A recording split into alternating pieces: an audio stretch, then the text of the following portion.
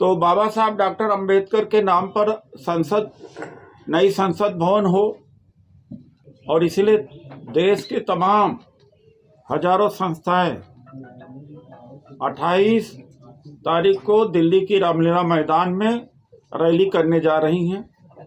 नरेंद्र मोदी जी की सरकार आई है 14 के बाद, पूरे देश में मनुवादियों के हौसले बुलंद हैं।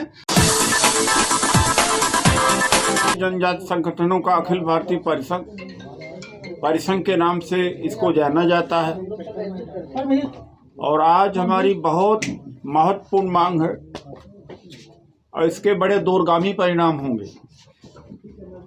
प्रथम दृष्टया नहीं लगता होगा कि ये बहुत इम्पोर्टेंट है, लेकिन इसके रिप्रिकॉशंस बहुत हैं। तेलंगाना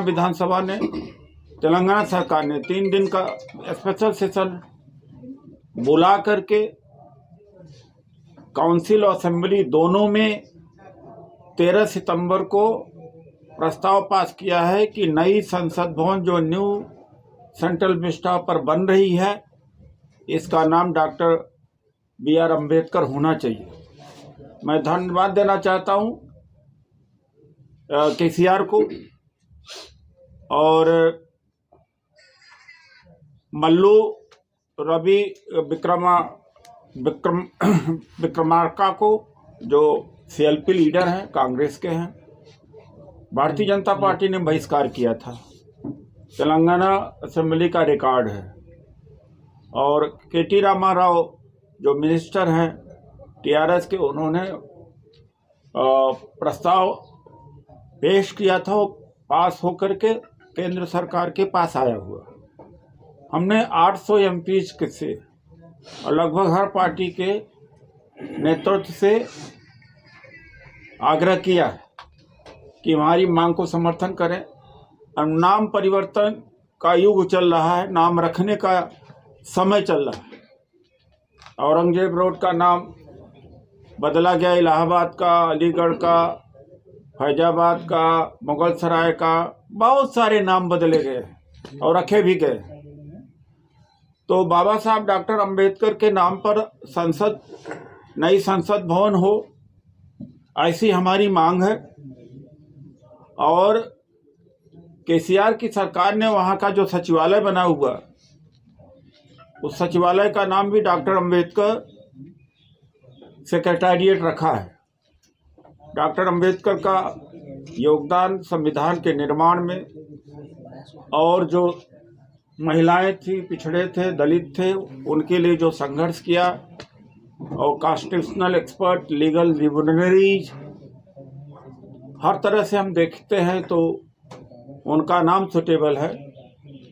और इसलिए देश के तमाम हजारों संस्थाएं 28 तारीख को दिल्ली की रामलीला मैदान में रैली करने जा रही हैं। उसके बाद अगर नई बात मानी जाती है तो देशव्यापी आंदोलन होगा। हमारी यही मांग है। और जब तमाम सारे नामों से स्थल बदले जा रहे हैं, मॉन्यूमेंट बदले जा रहे हैं, और नए कंस्ट्रक्शंस के, नए इमारतों के नाम भी रखे जा रहे हैं। अलीगढ़ का नाम हरिगढ़ हो गया, इलाहाबाद का नाम प्रयागराज हो गया, फैजाबाद का नाम अयोध्या हो गया, और मुगल सराय का दीनदयाल उपाध्याय हो गया। तो उसी कड़ी में हमारी भी मांग है कि बाबा साहब डॉक्टर अंबेडकर के नाम से नई संसद का नाम होना चाहिए। और करीब करीब कंप्लीशन पे है, मेरा ख्याल है 31 दिसंबर, और उसके बाद में इसको हम संसद में भी उठाएंगे। हम कोई राजनीतिक प्लेटफॉर्म से नहीं इसको उठा रहे हैं, क्योंकि उसमें बंटवारा हो जाता है। जो देश के बुद्धिस्ट है, अम्बेडकराइट्स है, रैशनलिस्ट है, प्रोग्रेसिव है, ह्यूमन राइट एक्टिविस्ट है, महिलाएं हैं, सिविल सोसाइटी, उन सब को लेकर के हम यह कार्यक्रम दिल्ली के रामलीला मैदान में 28 नवंबर को करेंगे, और विशाल रैली होगी। हमारे साथी ओम सुधा जी, डॉक्टर ओम सुधा जी की बड़ी मेहनत रही है लगातार, क्योंकि मैं तो सामाजिक कार्य इतना नहीं देख पाता हूँ, और इनकी बड़ी टीम है, हमारी बड़ी टीम है। और महेश्वर राज जो तेलंगाना के हमारे परिसंघ के प्रदेश अध्यक्ष है, उन्होंने बड़ा संघर्ष किया। उसका परिणाम हमें देखने को मिला कि तेलंगाना की विधानसभा ने पास करके मोदी सरकार को आग्रह किया है कि मोदी सरकार विचार करे और नाम रखे।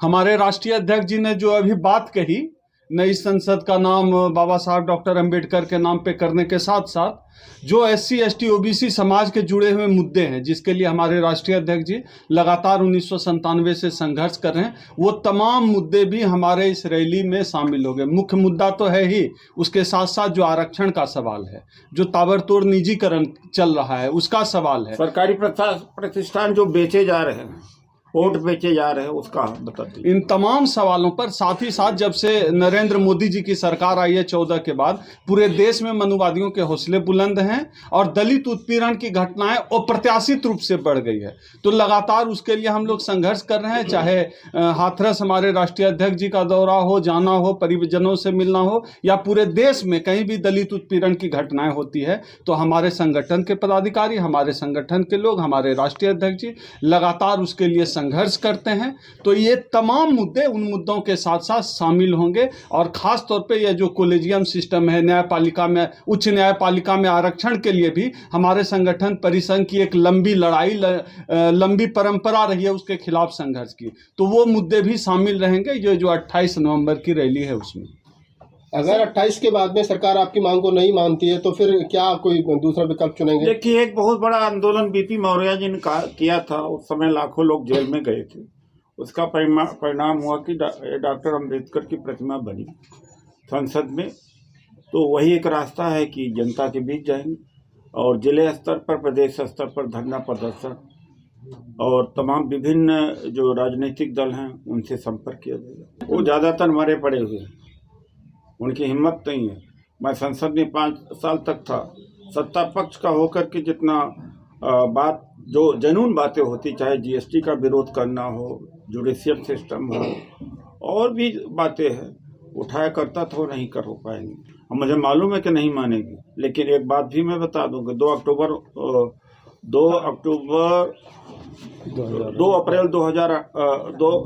अप्रैल 2018 को जब भारत बंद हम लोगों ने किया था, भारत बंद की अगुवाई मैंने किया था, बल्कि पासवान जी, मायावती जी ने उसका विरोध भी किया था। और उसी के ऊपर हमारा रामलाल जी से, BJP के जो शीर्ष नेता थे, उस पर काफ़ी बहस भी हुई थी। तो अंत में दोनों बातें मानी गई। भारत बंद के बाद दोनों बातें मानी गई। एक तो SC ST एक्ट का बात है, दूसरा रोस्टर सिस्टम की बात थी। तो ऐसी बात नहीं कि सरकारें नहीं मानी।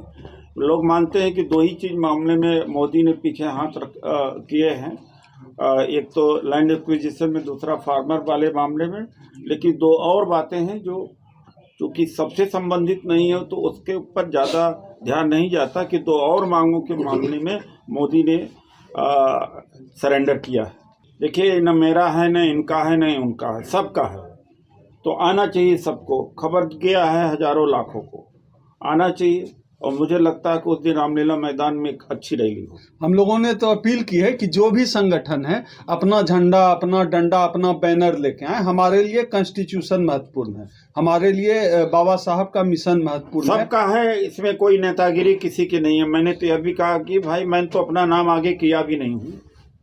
सब लोग आए, सबसे अपील है। आप लोगों चैनल के माध्यम से हम लोग अपील भी करते हैं कि सब लोग जुटे हैं। हमारे ज़्यादातर कर्मचारी, अधिकारी अम्बेडकरवादी और सामाजिक कार्यकर्ता होते हैं। 1500 2000 रुक जाए तो रुक जाए रामलीला में अम्बेडकर, वरना सब फ्लाइट से आते हैं, पहाड़गंज में भरे रहते हैं, अपने गेस्ट हाउस में रहते।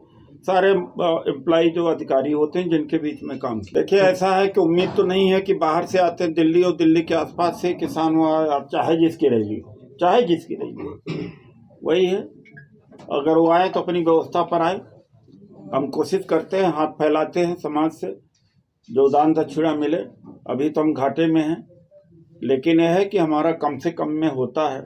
लेकिन फिर भी आर्थिक तंगी के दौर से गुजर ही रहे हैं, क्योंकि इस मामले में बड़ा मुश्किल होता है। वो जो क्रीमी लेयर, हम रामलीला मैदान 97 से मैं 22 बार भर चुका हूँ। तो कई बार पैसा दे के जाते हैं, सरप्लस भी होता है।